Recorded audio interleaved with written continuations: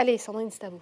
Merci Anaïs. Monsieur Viard, vous qui êtes sociologue, vous avez sûrement réfléchi à cet étrange phénomène de société.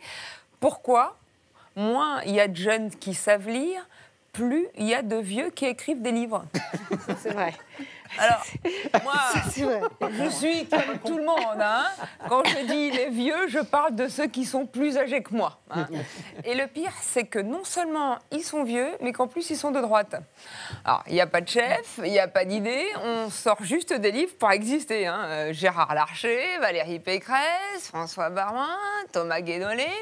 Oui, Thomas Guénolé, je vous ai classé à droite. Je me suis dit, ça va lui faire plaisir, vu qu'il a quitté la France insoumise. Et franchement... Si c'est ça le critère, on est nombreux à passer à droite récemment. Hein. Et je me suis dit, mais franchement, mais comment on peut être de gauche avec un nom pareil?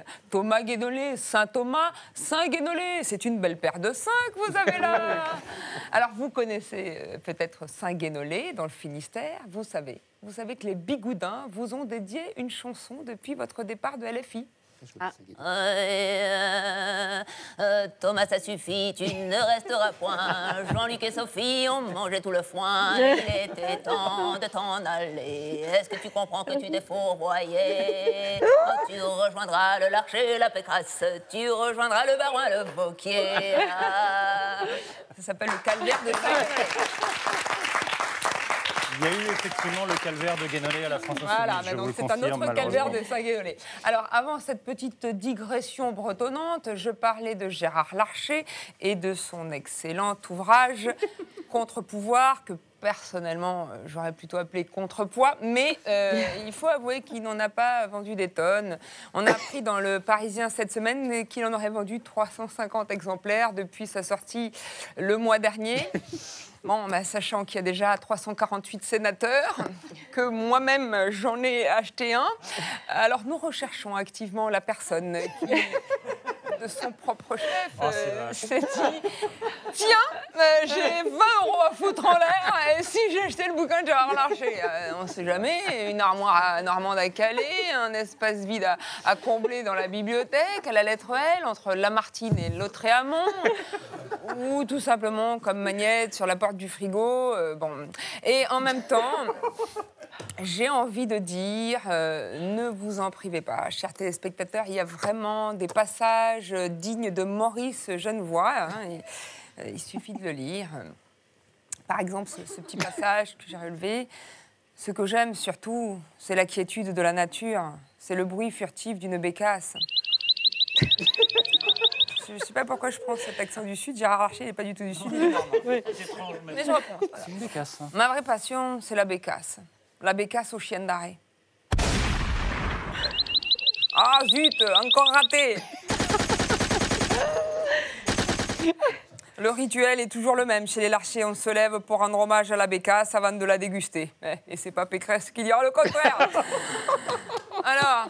Pour ceux qui piaffent de connaître la suite de l'histoire, dépêchez-vous de l'acheter. Il commence à le retirer des rayons pour mettre un livre de jeune à la place. C'est bien connu. Qui va à la chasse perd sa place. Bien. Et c'est qui le jeune, s'il vous plaît? Mon Benalla. Ah oui, c'est lui, c'est l'archétype du jeune.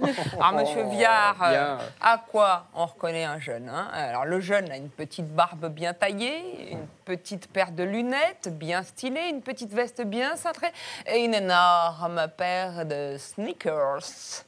Traduction pour les vieux, une énorme paire de baskets. Oui, c'est pas Gérard Larcher hein, qui pourrait lever la jambe comme ça.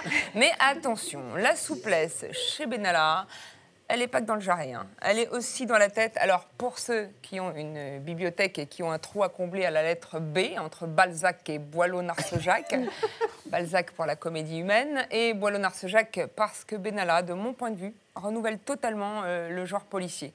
Et il suffit de le lire encore une fois.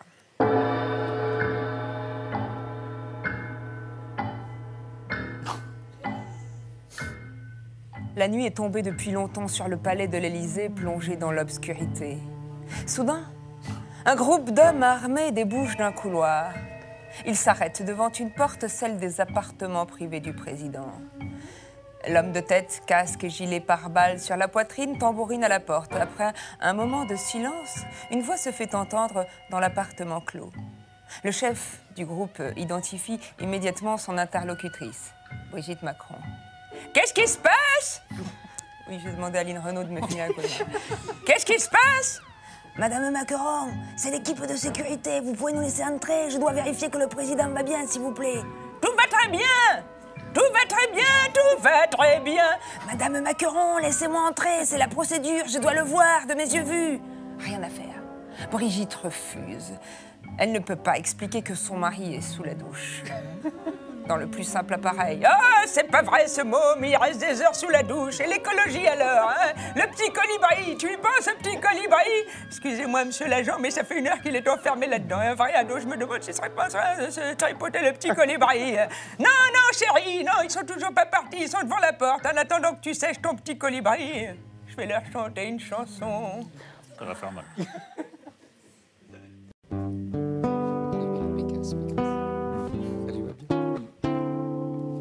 En cabane, Benalla, comme Balkany ou Lola, je ne veux pas l'imaginer, mon bébé.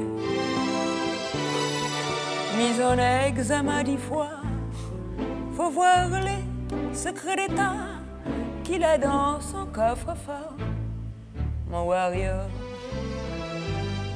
Benalla, tu nous as pris au piège.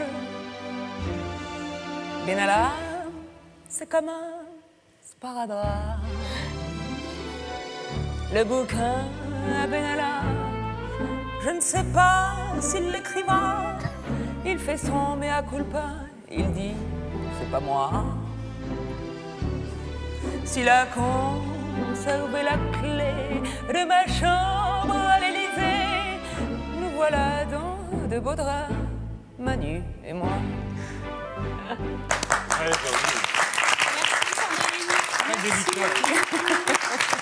êtes au Grand Palais des Glaces du jeudi au samedi à 21h15 et puis tous les jeudis sur RTL dans l'émission À la bonne heure. Oui, tout à fait, c'est vrai.